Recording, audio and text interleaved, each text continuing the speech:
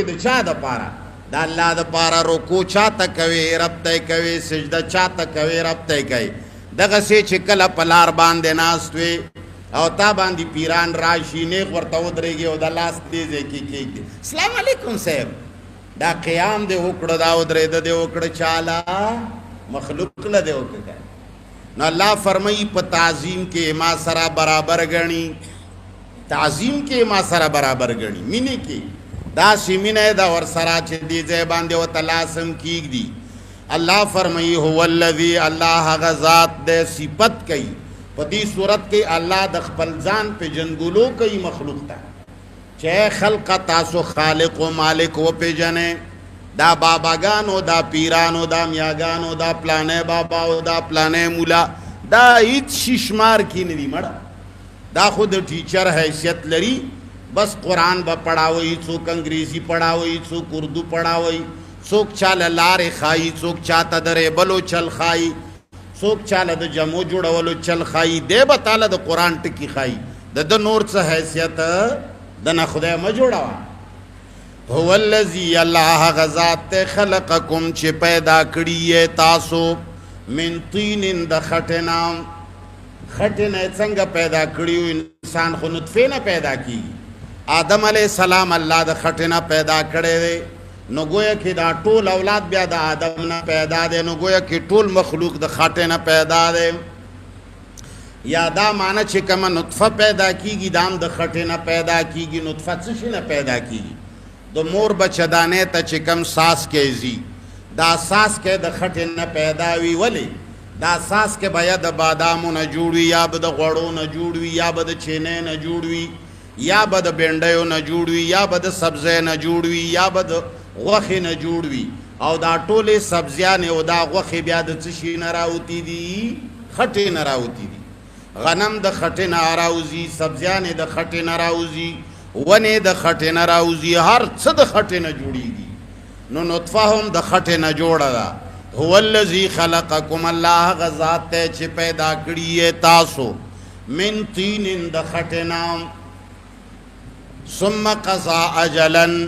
بیا یې فیصله کړې ده د نیټې د مرګ الله داسې ذات دی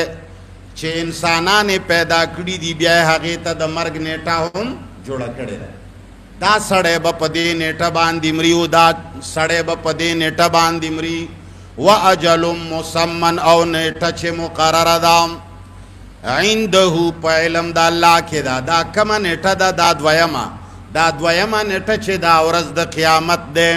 چې ټوله دنیا به رب ته پیش کیږي نو وخت د مرګ هم الله ته معلوم دی ورځ د قیامت هم الله ته معلومه ده ثم انتم تمترون الله فرمایي بیا هم تاسو شک کوئ عجیبه خبره ده ما خټې نه پیدا کړی نیټه د مرګ ماله معلومه ده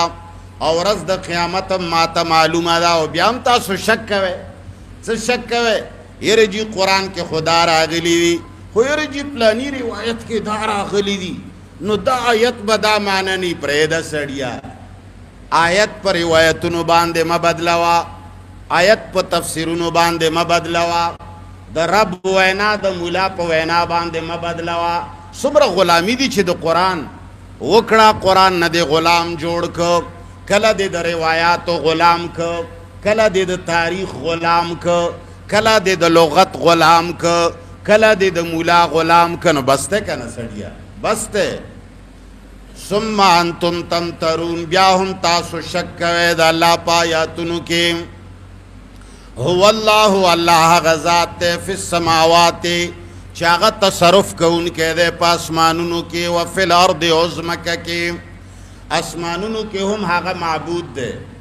جبرائیل میکائیل یا ټول ملائک چې دي دا عبادت چاته کوي الله ته کوي هېڅوک بل دومره لوی نشته چې د هغه عبادت وکړي نو په اسمانونو کې هم هغه معبود دی په ځمکو کې هم هغه معبود دی اسمانونو کې هم د تصرف کولو والا دی ځمکه کې هم تصرف کولو والا دی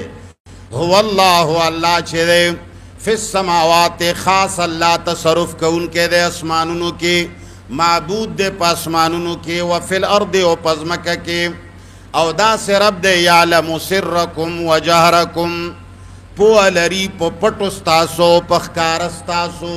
ستاسو پٹو نا هم اغا خبر دے اخکارو نا هم اغا خبر دے سمعنا یعنی صرف اغا مغا یو اللہ خبر دے ذکر چی شروع کے حسر دے هو اللہ نو دا حسر با پٹولو جملوں کی مرادوی نو سمعنا اسمانونو او زمکو کی هم معبود یو اللہ دے اسمانونو او زمکو کی تصرف کولو والا یو اللہ دے او پپٹو اخکارو باندے هم معلوم صرف یو اللہ دے نو تچے ورزی مولیانو لا یره جی مالا کتاب ہو گورا خو پٹو سیزونو دو پارے ہوتا وائی گنا نو پٹو سیزونو باندی مولا پوئے گنے نو دا ترب مانی